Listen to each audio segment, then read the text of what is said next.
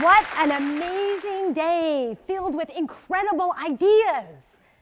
So, where do these ideas come from? This is a question that I have been pondering for the last 35 years. Where do ideas come from? I started out as a neurophysiologist, poking little tiny cells with even tinier electrodes, seeing what they would tell me about creativity and innovation. After I finished my PhD, I went out to study and sort of learn all about creativity in the wild, working in big companies and small companies, even starting my own. And for the last almost 13 years, I've been at Stanford, teaching classes on creativity and innovation and entrepreneurship. And in my classes, I've done endless experiments with my students, trying to figure out what is involved with unlocking creativity. What I've realized over the last few years is that we look at creativity in much too narrow a way. We really need to open the aperture and look at creativity in a very different light. And what I've done is put together a model that I'm going to basically explain to you in the next few minutes about all the things we need to unlock creativity. And I want to point out, before I take it apart, that this innovation engine, that's what I call it, has two parts. The inside is you, your knowledge, your imagination, your attitude. And the outside is the outside world, the resources, the habitat, and the culture. So let's start. Let's start where most people start. Most people start thinking about creativity by thinking about imagination. So let's start there. Now, imagination, one of the sad things is that we don't really teach people how to increase their imagination in school. And so there really are ways to increase our ability to come up with really interesting ideas. We have to go back to kindergarten to see where the problem is. If you're in kindergarten, it's very likely you'll get a question like this. What is the sum of 5 plus 5? So what's the answer to this? 10. You guys are really smart, right? Okay, we know it's 10 because there's one right answer to this problem. But what if we ask this question in a slightly different way? What if we ask, what two numbers add up to 10? How many answers are this to this? Infinite. Infinite number. And this is critically important and something that many of the speakers have brought up today, is that the way you ask the question determines the type of answers you get. The question you ask is the frame into which the answers will fall. And if you don't ask the question in a thoughtful way, you're not going to get really interesting answers. Consider the fact that the Copernican revolution came about by reframing the question, what if the Earth is not the center of the solar system? What if the sun is? And that opened up the entire study of astronomy. But you know what? You don't have to do this in such a serious way. You can practice it every single day with jokes. Because most jokes that we tell are interesting because the frame switches in the middle of the joke. Consider this, the Pink Panther, if you've seen this movie, he walks into a hotel, there's a little dog sitting on the carpet, he says to the hotel manager, does your dog bite? And the manager says, no, my dog doesn't bite. He reaches down, the dog basically attacks him. He says, what happened? He says, well, that's not my dog. Think about it. Whenever you hear a joke, you will find that almost always it's that the frame is switched in the middle. And it's a really fun way to practice framing and reframing problems. So that's one of the ways that you can increase your imagination. But there are other ways. One of the key ways is to connect and combine ideas. Most inventions in the world, most innovations come from putting things together that haven't been there together before, often in really unusual and surprising ways. One of my favorite ways to practice this is with the Japanese art of shindogu. Shindogu is the art of creating useless inventions. They're not useful, they're not useless, they're unuseless. And what they really are is a way of saying, there might be something here, but I'm not quite sure. So in this example with the umbrellas on the shoes, well, gee, it might not be very practical, but it unlocks some really, really interesting ideas. Speaking of shoes, here's another shindogu.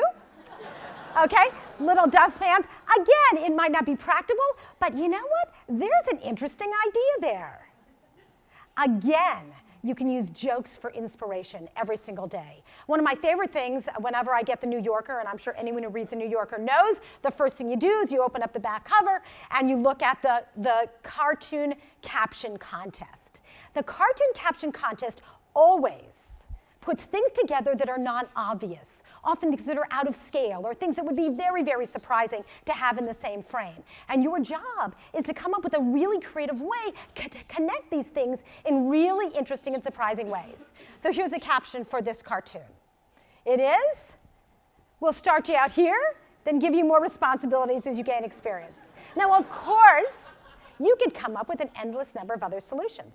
So those are two ways for you to increase your imagination, but there's another that I want to bring up today, and that is challenging assumptions. One of the biggest problems we have is that when we ask people questions and give them problems, they come up with the first right answer. And so we end up getting really incremental solutions. So what we do in our creativity class is we give problems that are really surprising where there is not one right answer. So here's an example of one I just gave recently. This is the exact design brief. I gave this actually to a group of students at Osaka University. And their challenge was to create as much value as possible, value measured in any way they wanted, starting with the contents of one trash can. They had 2 hours to do it. How'd you like that to do that? One of the interesting things about this assignment, and I put a lot of thought into framing the problem beforehand, is that trash is actually has negative value, right? We actually pay people to take it away. So what happened is these students ended up spending quite a bit of time in advance of diving into the project thinking about what value meant for them. They thought about friendship and community and health and financial security, all sorts of things that ended up informing the way they thought about the trash cans that they were going to use to create some value. To raise the bar even further, I gave them a little bit more of a challenge. I told them that I had sent a note out, which I did, to my colleagues around the world and invited their students to participate at the same time. So there were students in Europe, in Asia, in the US, and in Latin America, all doing the same project at the same time. So let me show you a couple of the things that resulted from this. A group in Ecuador started out with a garbage can filled with yard waste. Yard waste. I probably wouldn't have picked that trash can, but look what an amazing thing they did. They turned it into a beautiful mural. Or a girl in Ireland, her mom had just gone through her brother's sock drawer and had a whole trash can of old holy socks.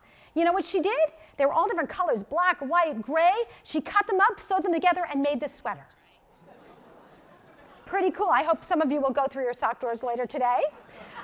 So these are 3 things you can do to increase your imagination, right? Framing and reframing problems, connecting, combining ideas, and challenging assumptions.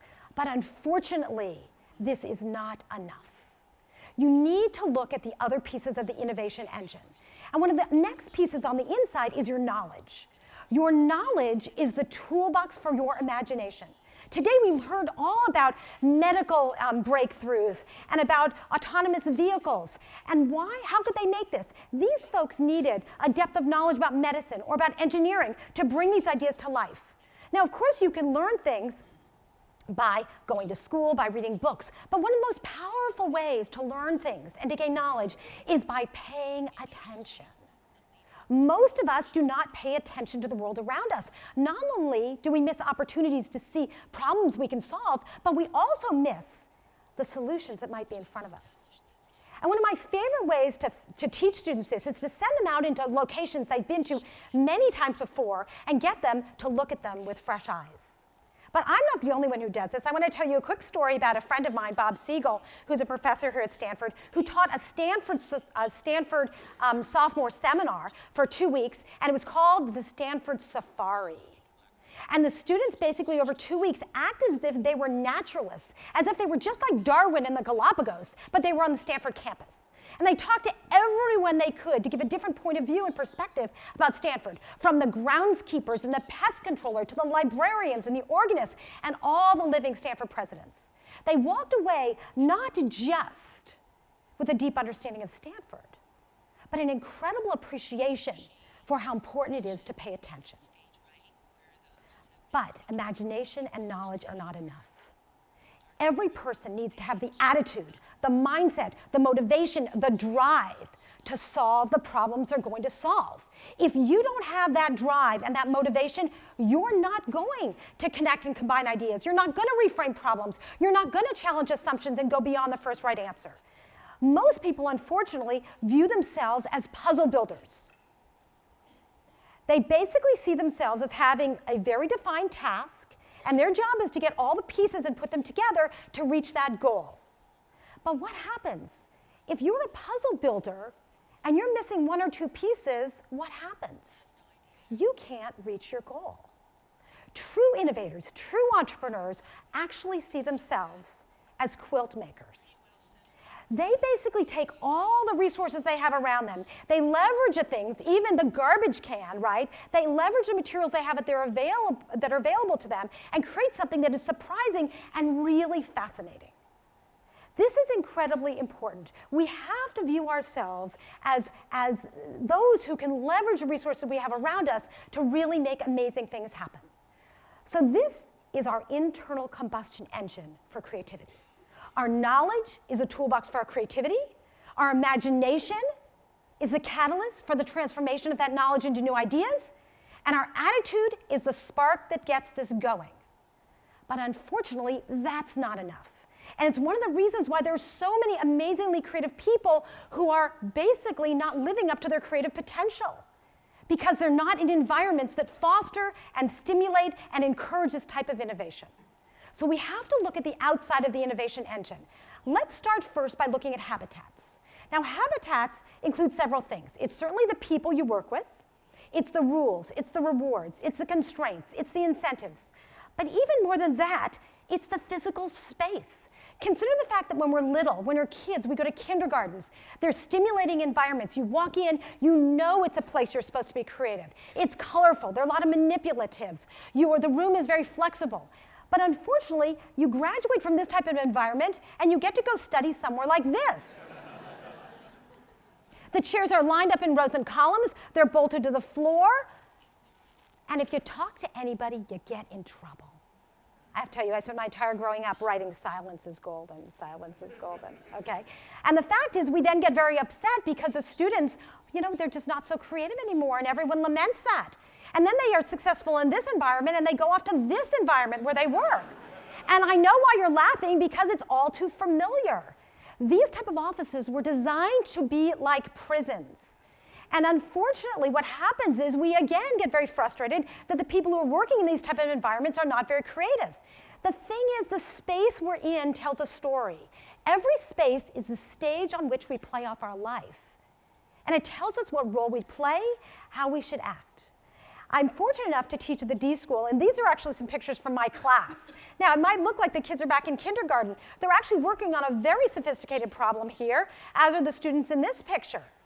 But the room is much more like a kindergarten space, with lots of manipulatives, lots of things to prototype. The room is set up, it's like a theater. We can set it up differently every 5 minutes, depending upon what we want to do. Nothing is bolted down.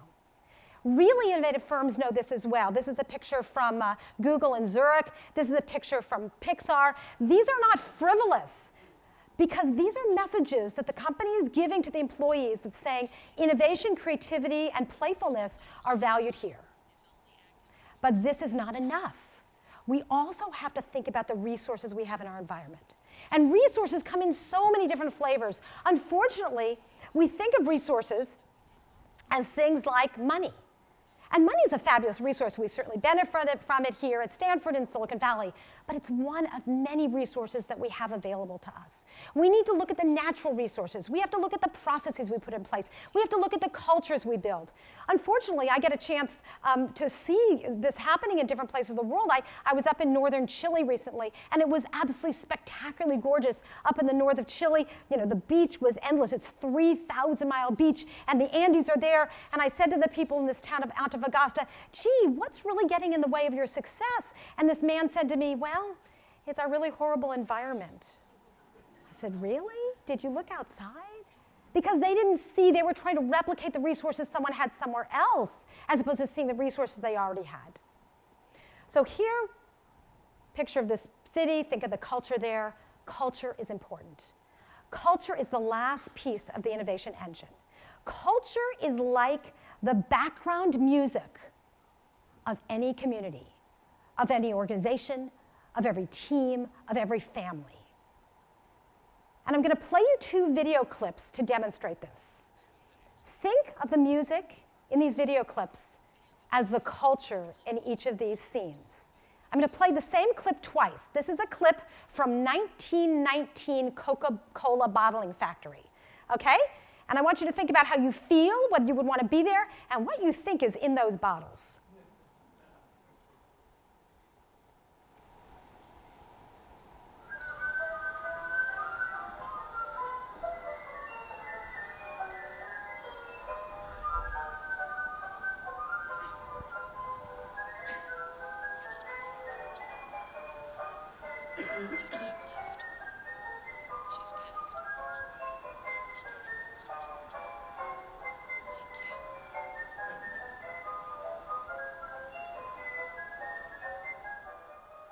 Okay, I'm going to go on to the next one.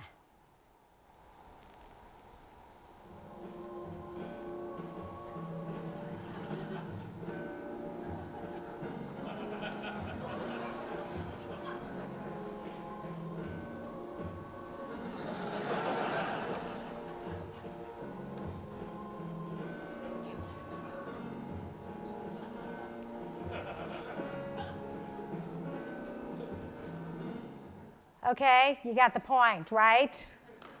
So the fact is, this is the outside of your innovation engine. But let's put it all together.